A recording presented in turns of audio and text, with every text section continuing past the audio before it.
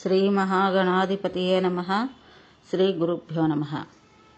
ఈరోజు భాగవతంలో వృత్తాసుర వృత్తాంతం చెప్పుకుందాం. ఒకానొక సమయంలో ఇంద్రుడు ఒక పెద్ద సభను తీర్చున్నాడు. ఆ సభకి అశ్వినీ దేవతలు వచ్చారు. యక్ష గంధర్వ కిన్నెర కింపురుషాదులు కూడా వచ్చారు. ఎందరో పెద్దలు వచ్చారు. వీరందరూ అక్కడ నిలబడి ఉండగా, అప్సరసులు సేవిస్తూ ఉండగా, ఇంద్రుడు సముచితమైన సింహాసనం మీద కూర్చుని ఉన్నాడు. అందరూ ఇంద్రుని సేవించేవారే తప్ప ఇంద్రుడి చేత సేవించబడేవారు ఆ సభలో ఎవరూ లేరు. గురువులకు ఒక వరుస ఆ సభలో ఏర్పాటు చేయబడింది. ఇటువంటి సభ నడుస్తూ ఉండగా ఇంద్రుడు కించిత్ అహంకారం పొంది ఉన్నాడు. అంతమంది తనను సేవిస్తూ ఉండగా తాను చాలా గొప్పవాడన్న భావన ఆయన మనస్సులో బయలుదేరింది. తనంత గొప్పవాడు అవ్వడానికి కారణమైన గురువు కనపడినా లేస్తాడా లేదా అన్నది కూడా అనుమానమే. అహంకారపు పొర కమ్మేసింది. మహాపురుషుడైన బృహస్పతి సభలోకి విజయం చేస్తున్నాడు. ఇంద్రుడు చూశాడు. చూసి వస్తున్నవాడు బృహస్పతి అని తెలుసు, సాక్షాత్తు తన గురువని కూడా తెలుసు. కానీ ఒక్క మాట అనుకున్నాడు, ఇంతమంది నన్ను సేవిస్తున్నారు, నేను లేచి నిలబడి ఎందుకు వెళ్ళి నమస్కారం చేసి తీసుకువచ్చి ఆసనం మీద కూర్చోబెట్టడం అని అనుకున్నాడు. గురువు వస్తూ ఉంటే చేయవలసిన మర్యాద ఉన్నది. ఇంద్రుడు ఆ మర్యాద చేయలేదు. గురువు వస్తూ సభామంటపంలోకి వచ్చి 2 అడుగులు వేసి చూశాడు బృహస్పతి. ఇంద్రుడు ఎవరో వస్తున్నాళ్లే అన్నట్టుగా కూర్చుని ఉన్నాడు. వెంటనే బృహస్పతి అనుకున్నాడు, ఆయన మనస్సులో కించిత్ బాధ కలిగి గురువు వస్తూ ఉంటే లేచి నిలబడని కారణంగా ఇంద్రుడికి కలిగిన మద వికారాన్ని తొలగించాలని అనుకుని తిరిగి బృహస్పతి వెనక్కి వెళ్ళిపోయాడు. కానీ ఇంద్రుడు బృహస్పతి వెళ్ళిపోయాడు, సభని ఆపేద్దాం, ఏం కోపం వచ్చిందో గురువు గారికి అని కించిత్ బాధ కూడా లేకుండా సభను ఆపకుండా సభను నడిపించేశాడు. సభ అయిపోయింది, అందరూ వెళ్ళిపోయారు.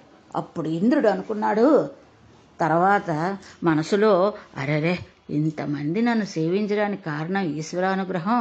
అటువంటి ఈశ్వరానుగ్రహం నాకు తెచ్చిపెట్టింది గురువుగారైన బృహస్పతే. అటువంటి గురువు సభకు వస్తూ ఉంటే సింహాధిష్టానం చేసి రాజు లేవకూడదని చెప్పినవాడు, ఆధర్మంతో మాట్లాడినవాడు ఇంద్రుడైన నేనే చెయ్యకూడని పని చేశాను. నా వలన ఘోర అపచారం జరిగింది. ఖచ్చితంగా ఇది కట్టి కుదుపుతుంది. దీన్ని మా గురువులే ఆపాలి అని గబగబా పరిగెత్తుకుంటూ గురువుగారింటికి వెళ్ళాడు. తన తప్పు తెలుసుకుని తన పట్ల అమర్యాదగా ప్రవర్తించిన ఇంద్రుని మనస్సులో వస్తున్న భావజాలాన్ని బృహస్పతి తన గృహంలో కూర్చుని తెలుసుకుంటున్నాడు. ఇంద్రుడు తన ఇంటికి వస్తున్నాడని తెలుసుకోగానే అతనికి ఎలాగైనా పాఠం చెప్పాలని తన యోగశక్తితో ఇంద్రుడికి దొరకకుండా అంతర్హితుడైపోయాడు. ఇంద్రుడు వచ్చాడు. ఎక్కడా గురువుగారి దర్శనం కలవలేదు. ఖిన్నుడై తిరిగి ఐరావతం ఎక్కి వెళ్ళిపోతున్నాడు.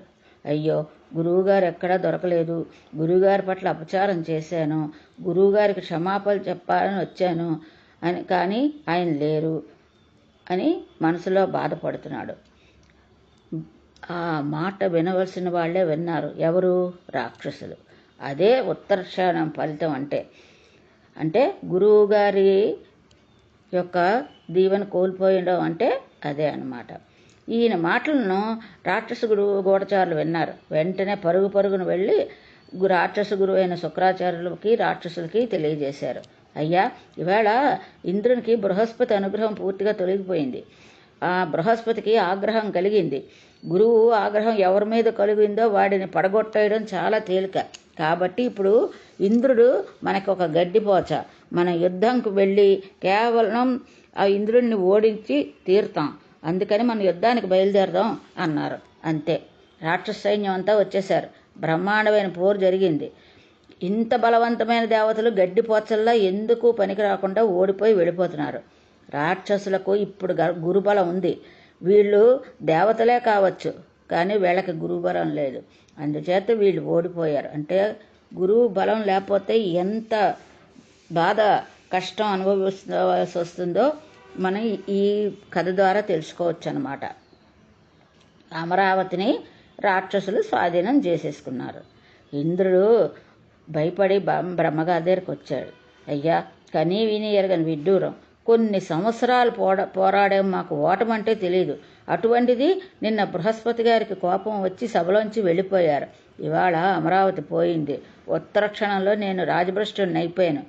దేని మీద కూర్చుని వీళ్ళందరూ నా వాళ్ళు అనుకుని గౌరవింపబడ్డానో వాళ్లే ఎదుటనే ఇంద్రుడు చేతకానివాడు ఓడిపోయాడు అని అనిపించుకుని తిరిగి వచ్చేశాను. దీనంతటికీ కారణం నేను బృహస్పతిని అవమానించడమే అని అనుకుంటున్నాను. ఇప్పుడు మాకు జీవితం ఎలా గట్టెక్కుతుంది అని అడిగాడు ఇంద్రుడు. బ్రహ్మగారు అన్నారు, మీరు అమృతం తాగమని మరణం లేదని సంతోషపడ్డారు.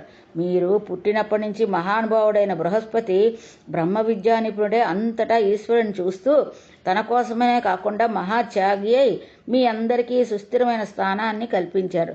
అటువంటి మహాపురుషుని ఎలా గౌరవించాలో మీకు చేతకాలేదంటే ఎంత మదించి ఉన్నారో ఇదే నిదర్శనం అవుతోంది. అందుకే మీరు సింహాసన భ్రష్టులు అవుతున్నారు. బ్రహ్మగారు తలుచుకుంటే ఒకసారి బృహస్పతికి ప్రార్థన చేసి పిలవగలరు. కానీ గురువు పట్ల ఆయన చూపించిన మర్యాద చూడండి. మీకు దేని వల్ల రాజ్యం పోయింది? మీకు బాగా ఎరుక కలిగిందా అని అడిగారు బ్రహ్మగారు ఇంద్రుడితో. అప్పుడు వాళ్ళన్నారు, అయ్యా మాకు బుద్ధి వచ్చింది, మాకు ఇప్పుడు గురువుల అనుగ్రహం కావాలి అని చెప్పారు. గురువుగారు అనుగ్రహం కావాలంటే గురువుగారి నుంచే వస్తుంది. బ్రహ్మగారు దేవతలతో అన్నారు, గురుస్థానం ఖాళీగా ఉండకూడదు. మీకొక అభయం ఇస్తున్నాను. ఇప్పుడు మీరు ఒక గురువుని ఆశ్రయించి గురువు అనుగ్రహం పొందండి. ఆచార్య పురుషునిగా ఉండడానికి ఎవరు అర్హులో వారి పాదాలు పట్టుకోండి అన్నారు. అంటే వాళ్ళన్నారు, మాకేం తెలుసు, మీరే సెలవివ్వండి అన్నారు. అప్పుడు బ్రహ్మగారు అన్నారు, త్వష్ట అనే ప్రజాపతికి ఒక కుమారుడు ఉన్నాడు. వరుసగా ఆయన మీకన్నా చాలా చిన్నవాడు, కానీ ఆత్మజ్ఞాని, బ్రహ్మజ్ఞాని. మీరు అటువంటి మహాపురుషుని సేవించి గురు పదవి యందు కూర్చోబెడితే ఆయన అనుగ్రహం చేత, ఆయన ఆశీర్వచనం చేత మరలా రాజ్య సంపదలు పొందగలుగుతారు. అందుకని మీరు వెళ్ళి త్వష్ట ప్రజాపతి కుమారుడైన విశ్వరూపిని ప్రార్థించండి అన్నారు. అంతే, వీళ్ళందరూ విశ్వరూపిని ఆశ్రయించారు. విశ్వరూపుడిని ప్రార్థన చేశారు. ఇప్పుడు మాకు గురువు అంటే ఎవరో తెలిసింది. సాక్షాత్తు శ్రీమన్నారాయణుడికి, పరతత్వానికి, గురువుకి తేడా ఏమీ లేదు, ఒకటే అయి ఉంటాడు. బ్రహ్మగారి రూపమే తండ్రిగా ఉంటుంది. అందుకే తండ్రి ఉపదేశం చేస్తే బ్రహ్మోపదేశమే అంటారు. సోదరుడు ఇంద్రుడి రూపంలో తిరుగుతూ ఉంటారు. అన్నగారిని సేవిస్తే దేవేంద్రుని సేవించినట్టే.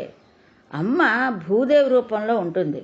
తోడబుట్టిన అక్క చెల్లెళ్ళు సాక్షాత్తు రాశీభూతమైన దయాస్వరూపాలు. దయకి గుర్తు అక్క చెల్లెళ్ళు అన్నమాట. తన భావమే ధర్మస్వరూపం. అభ్యాగతుడు అగ్నిదేవుని రూపం. అభ్యాగతుడు అంటే అతిథిగా వచ్చినవాడు అనమాట. సర్వభూతములు కేశవని రూపాలు. అందుకని మేము తండ్రుల వరుస అవుతాం. ఎందుకంటే నువ్వు త్వష్ట ప్రజాపతి కుమారుడు. కానీ ఇవాళ నీలో ఉన్న జ్ఞానం మేము గుర్తించాము. నీ యందు గురుతత్వం చూపి నిన్ను పరతత్వంగా చూసి నీ పాదాలకు మా శిరస్సును దాటించి నమస్కరిస్తున్నాం. మాకు ఆచారతత్వాన్ని వహించి మళ్ళీ మా దేవేంద్రాది పదవులు వచ్చేటట్టుగా అనుగ్రహించి కటాక్షించు అని విశ్వరూపుని ప్రార్థించారు దేవతలు. ఆయన గురు పదవిని స్వీకరించి వచ్చాడు. వస్తూనే ఆయన ఒక మహోత్కృష్టమైన పని చేశాడు. రాక్షసులకు ఇవాళ ఇంత శక్తి ఎక్కడి నుంచి వచ్చింది అని బేరీజు వేశాడు. వారు ఆ శక్తిని శుక్రాచార్యుల వారి అనుగ్రహం నుండి పొందారని గ్రహించాడు. అంటే గురువు యొక్క అనుగ్రహం వారి రాక్షసుల మీద ఎక్కువగా ఉందని గ్రహించాడనమాట. ఇప్పుడు దేవతలకి ఎంత శక్తి ఇస్తే ద్విగుణీకృతమైన ఐశ్వర్యము ఇంద్రుడు పొంది రాక్షసులను చంపగలడో లెక్క కట్టాలి. ఇది లెక్క కట్టడానికి ఆ తేజస్సు గణించగల శక్తి ఇక్కడ ఉండాలి. అది ఆచార్య పదవి అంటే, అది గురుతత్వం అంటే. ఇప్పుడు ఇంద్రుని కూర్చోబెట్టి నారాయణ కవచం ఉపదేశం చేశాడు విశ్వరూపుడు. ఉపదేశం చేసి ఒక్క మాట చెప్పాడు. ఇంతకు పూర్వం ఈ నారాయణ కవచాన్ని కౌశికుడు అనే బ్రాహ్మణుడు ఉపదేశం పొందాడు. ఆయన ఎడారులు తిరుగుతూ ఉండగా నారాయణ కవచం అనే ఉపదేశం తీసుకుని దానిని ధ్యానం చేస్తూ అక్కడే ప్రాణం విడిచిపెట్టేశాడు. అప్పుడు ఆ నారాయణ కవచం యొక్క తేజస్సు ఆయన అస్థికులకు పట్టేసింది. ఆయన అస్థిపంజరం ఆ ఎడారి ఇసుకల్లోనే పడిపోయి ఉంది. అప్పుడు ఒకరోజు చిత్రరథుడు అనే గంధర్వుడు ఆకాశ మార్గంలో భార్యలతో కలిసి విమానంతో వెళ్ళిపోతున్నాడు. ఆ విమానం ఎడారిలో పడిపోయిన అస్థిపుంజరం దగ్గరికి వచ్చింది. రాగానే దానిని దాటడం మానివేసి ఆ విమానం కింద పడిపోయింది. అందులోంచి గంధర్వుడు భార్యలతో సహా బయటపడిపోయాడు. అకస్మాత్తుగా విమానం భూమి మీద పడిపోయిందేమిటా అని గంధర్వుడు తెల్లబోయాడు. ఆ సమయంలో ఒక మహానుభావుడు వాలకిల్యుడు అనే మహర్షి అక్కడికి వచ్చి, నీ విమానం పడిపోవడానికి కారణం ఏమిటో తెలుసా? నారాయణ కవచం ఉపదేశం తీసుకుని నారాయణ కవచాన్ని సశాస్త్రీయంగా ఉపాసన చేసినటువంటి ఒక మహాపురుషుడైనటువంటి కౌశికుడు అనే బ్రాహ్మణుడు ఇక్కడ ధ్యానంతో శరీరం విడిచిపెట్టాడు. ఆ కవచ ప్రభావం ఆయన అస్థికలకు ఉండిపోయింది. ఎవరు ఈ అస్థికల్ని దాటి వెళ్ళలేరు. కాబట్టి నీవు ఆ అస్థికలను తీసి మూటగట్టి వాటిని దగ్గరలో ప్రవహిస్తున్నటువంటి సరస్వతీ నదిలో నిమజ్జనం చేసి తదనంతరం నువ్వు స్నానం చేసి ఆచమనం చేసి మరలా వచ్చి విమానం ఎక్కితే నీ విమానం కదులుతుంది అని చెప్పాడు ఆ మహర్షి.